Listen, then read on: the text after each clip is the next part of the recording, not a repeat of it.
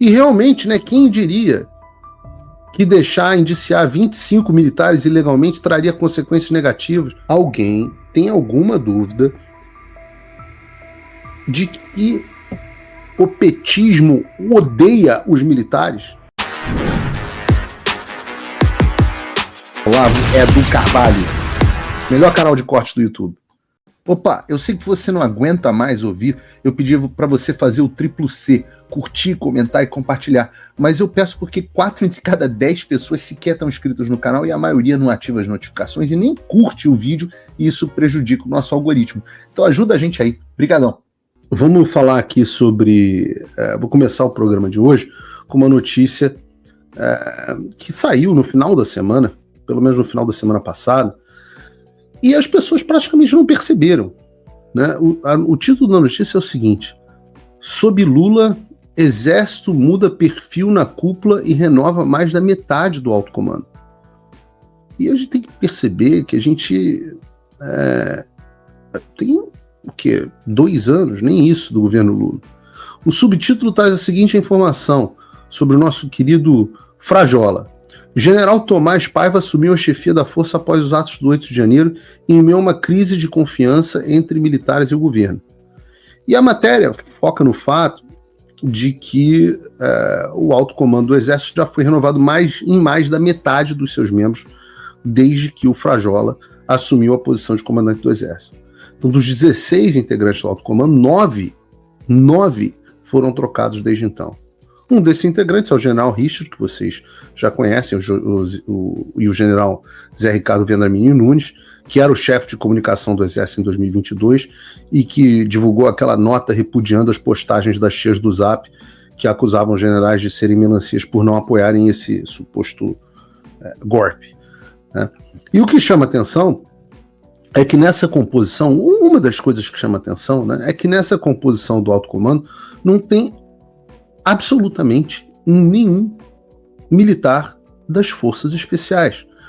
Isso que a imprensa está chamando de Kid Preto, né? E no caso aí talvez até valesse, porque eu aprendi isso com... não vou nem falar o nome dele aqui, porque eu acho que hoje em dia eu falar o nome de um militar queima o filme do cara para as autoridades. Mas um militar muito bom que escreveu um livro muito bom a esse respeito, eu aprendi que o Kid Preto não era qualquer FE, são o comandante das forças especiais. Seja como for, né, o argumento que eles usam para justificar isso é que não houve candidatos ao alto comando que fossem FE durante as votações das promoções, mas o que parece meio óbvio para todo mundo que está lá dentro é a tensão entre a atual gestão do Frajola, o atual comandante do Exército, e os militares das forças especiais. E a gente está vendo que muitos dos FEs estão sendo perseguidos no inquérito mentiroso, esse inquérito fajuto do golpe, né? E, assim, também é fato conhecido que o general Frajola é o que se chama de precursor, né, que é um grupo, o SPREC, né, que é um grupo da Brigada Paraquedista, que é diferente dos FEs. Eu vou fazer uma provocação aqui de chamar de... é uma força especial de segunda linha, né? Então, você tem uma rivalidade muito grande entre os FEs, que são todos comandos também, né? Então, a formação dos FEs é muito interessante. Pessoas, em geral, pensam que o FE, né? Pensam que o FE é o cara, é o Rambo. E, de fato, tem esse componente. Mas quando você pensa no cara que de treinamento de tiro, selva, etc., isso geralmente... você está pensando nos caras que são os comandos. Depois que o cara faz o curso de comandos, aí é que ele faz a formação das forças especiais, que é uma formação muito mais intelectual, é uma formação que você aprende movimento de insurgência, informação, contra-informação, infiltração, atuar atrás das linhas inimigas, etc., que são esses caras todos que estão sofrendo agora com esse negócio do golpe. A maioria é de FEs. A gente tem, como em toda coletividade, bons e maus, mas de um modo geral os FEs são os que a gente tem de melhor no Brasil, né? São forças em gerais muito boas. E eu já disse diversas vezes que essas forças aí, essas forças muito boas, elas é que estão sofrendo as consequências. Então, quando a gente pensa, hoje a gente vive o reino dos melancias e o expurgo dos patriotas. O Frajola e o Lula, e o Alexandre, com toda a influência dele, né, foi o Alexandre que escolheu o Frajola para ser o comandante do Exército, eles estão montando um alto comando do Exército que seja, eles usam o termo pacificador. E por pacificador, leia-se, é o império dos melancias mesmo. É o reino da melancia, uma plantação de melancia. Não estou dizendo que todos são, não. Tem gente boa e tem gente ruim dentro do alto comando. Mas o objetivo, até porque não é o controle, isso é uma justiça que tem que ser feita, a saída, em geral, se dá por tempo, né? Você tem um limite, acho que de 5 anos, algum tempo assim que você pode ficar. E não é o comandante do Exército que escolhe quem vai ser promovido para o alto comando, mas sem dúvida nenhuma ele tem uma influência grande, né? Não só influência na escolha, como influência de bola preta e influência no clima geral. E o clima geral hoje, a gente está vendo os nossos melhores militares, tanto do ponto de vista de formação, no caso do FS, quanto do ponto de vista de visão de Brasil, né, de patriotismo, de ação, de não ser bunda mole, etc. Essas pessoas estão sendo expurgadas. Está sendo expurgada. E a gente está passando por um momento que, assim, a gente está vendo irmãos de farda. Tem uma coisa que é fundamental em qualquer força armada: você não pode deixar os seus irmãos de farda para trás. Você não pode deixar os seus irmãos de farda para trás, né? Ninguém fica para trás, né? No one is left behind. É a coisa básica de qualquer militar. E a gente está vendo hoje, assim, eu acho que é a primeira vez que isso acontece na história, sei lá, nas últimas décadas, de você ver militares sendo pessoas boas. Você pega, conversa com os companheiros deles, eles vão dizer, são pessoas boas, são os melhores que a gente tem. A gente está vendo esses caras sendo jogados aos leões. Nunca houve isso. Nunca houve. E quem está reinando é um bando, são os covardes, são os melancias que aceitam qualquer decisão ilegal que o Alexandre der, decisão de prender idoso, decisão de prender irmão de farda, impediu o comandante do Exército de visitar um subordinado que está preso dentro de um batalhão, e por aí vai. Então, claro, de volta, reitero, não é o Frajola que monta o alto comando do Exército, são 4 anos que os generais podem ficar por lá e tal. Mas a gente tem um alto comando hoje, isso é um fato, isso não é uma opinião, um alto comando hoje que foi altamente modificado, sem forças especiais, muito mais parecido com a imagem e semelhança do Lula, que é a tentativa é uma tentativa carreirista de proteger a instituição, né? Vamos proteger a instituição, proteger a carreira dos generais, né? Porque os militares que estão embaixo estão se arrebentando e a gente vai falar sobre isso. Porque eu pergunto, valeu a pena? A instituição foi preservada? A primeira coisa que você deve perguntar é: como anda? Você tem décadas e décadas de pesquisas que mostram que as Forças Armadas são as instituições de maior credibilidade do país. Décadas e décadas. As últimas pesquisas, o que mostram? Uma erosão completa da confiança. Eu pergunto a você que está no chat. Muitos de vocês que estavam com SOS Forças Armadas, eu pergunto a você aqui no chat do programa se você hoje confia nas nossas Forças Armadas. Responda, por favor, sim ou não. Então, eu pergunto, valeu a pena? Valeu a pena para preservar a instituição? Tá aí, as pessoas estão dizendo. Não. Leiam o chat, não tem uma pessoa dizendo sim. As respostas são nunca mais, melancias, não. E eu lamento de ver isso. Primeiro porque é a instituição conectada com a história da minha família.